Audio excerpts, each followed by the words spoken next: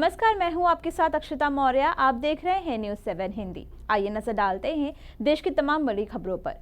AIMIM अध्यक्ष असदुद्दीन ओवैसी ने सोमवार को पाकिस्तान पर जमकर निशाना साधा। ओवैसी ने कहा कि चाहे वह पाकिस्तान की खुफिया एजेंसी ASI हो, आतंकवादी संगठन ISIS हो या पाकिस्तानी प्रतिष्ठान हो, ये समूह हिंदुओं और मुसलमानों को लड़ते हुए देखना चाहते हैं। AIMIM चीफ ने कहा कि पहलगाम हमले की वजह यही है। पाकिस्तान सरकार चाहती है कि भारत में हमेशा हिंदू और मुसलमान आपस में लड़ते रहें।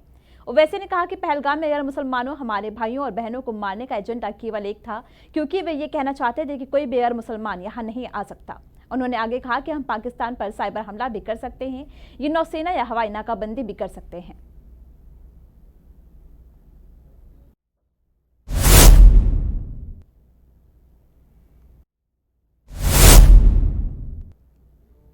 जम्मू और कश्मीर विधानसभा में एक विशेष सत्र को संबोधित करते हुए मुख्यमंत्री उमर अब्दुल्ला ने कहा कि वे 22 अप्रैल को पहलगाम के आतंकी हमले में मारे गए 26 लोगों के नाम पर जम्मू और कश्मीर के लिए राज्य का दर्जा नहीं मांगेंगे। उन्होंने सवाल किया कि क्या उनकी राजनीति इतनी सस्ती है, क्या वे इस तरह के हमले के पीछे राज्य का दर्जा मांगेंगे। उन्होंने कहा कि वे अभी भी क्षेत्र के लिए राज्य का दर्जा मांगेंगे, लेकिन इस समय नहीं जब देश सभी भी 26 लोगों की मौत का शोक मना रहा है। अब्दुल्ला ने कहा कि मैं इस मौके का इस्तेमाल राज्य का दर्जा मांगने के लिए नहीं करूंगा। पहलगाम के बाद मैं किस मुंह से जम्मू कश्मीर के लिए राज्य का दर्जा मांग सकता हूं? मेरी क्या इतनी सस्ती सियासत है? हमने पहले भी राज्य के दर्जे के बारे में बात की और भविष्य में भी करेंगे, लेकिन अगर मैं केंद्र सरकार से जाकर कहूं कि 26 लोग मारे गए हैं तो ये मेरे लिए शर्मनाक होगा। अब मुझे राज्य का दर्जा दे दो। स्पीकर साहब, जम्मू कश्मीर की सिक्योरिटी जम्मू कश्मीर के इलेक्टेड हुकूमत की फिलहाल जिम्मेदारी नहीं है, लेकिन मैं ये मौका इस्तेमाल करके स्टेटहुड की मांग नहीं करूंगा।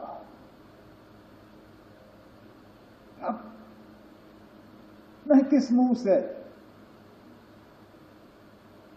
इस पहलगाम के वाकये को इस्तेमाल करके मरकज से कहूंगा ना अब मुझे स्टेटहुड दो? मेरी क्या इतनी सस्ती सियासत है? मुझे क्या इन 26 लोगों के मरने की इतनी कम कदर है? स्पीकर साहब, जम्मू कश्मीर पहलगाम हमले के बाद भारत और पाकिस्तान के रिश्ते लगातार बिगड़ रहे हैं। ऐसे में भारत रक्षा के क्षेत्र में खुद को मजबूत करने में जुटा है। इसी कड़ी में भारत और फ्रांस के बीच ऐतिहासिक राफेल डील साइन हो चुकी है। इस समझौते के तहत भारत फ्रांस से 26 राफेल मरीन विमान खरीदेगा, जिसमें 22 सिंगल सीटर विमान और 4 डबल सीटर विमान शामिल होंगे। भारत और फ्रांस के रक्षा मंत्रियों के बीच इस समझौते पर हस्ताक्षर हुए हैं। मीडिया रिपोर्टर्स के अनुसार हथियारों की खरीद के मामले में ये भारत की फ्रांस के साथ अब तक की सबसे बड़ी डील है, जिसकी कीमत लगभग 63,000 करोड़ रुपए आंकी जा रही है।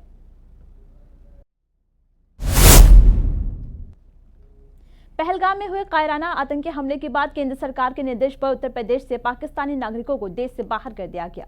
मुख्यमंत्री योगी आदित्यनाथ के सख्त निर्देश और पल पल मॉनिटरिंग का नतीजा है कि पूरे देश में उत्तर प्रदेश पहला राज्य है जहां 24 घंटे के अंदर प्रदेश में रह रहे 100% पाकिस्तानी नागरिकों को देश से बाहर कर दिया गया। वहीं अंतिम बचे एक पाकिस्तानी नागरिक को बुधवार को वापस भेज दिया जाएगा। पुलिस विभाग और खुफिया एजेंसी लगातार उस पर नजर रख रही हैं।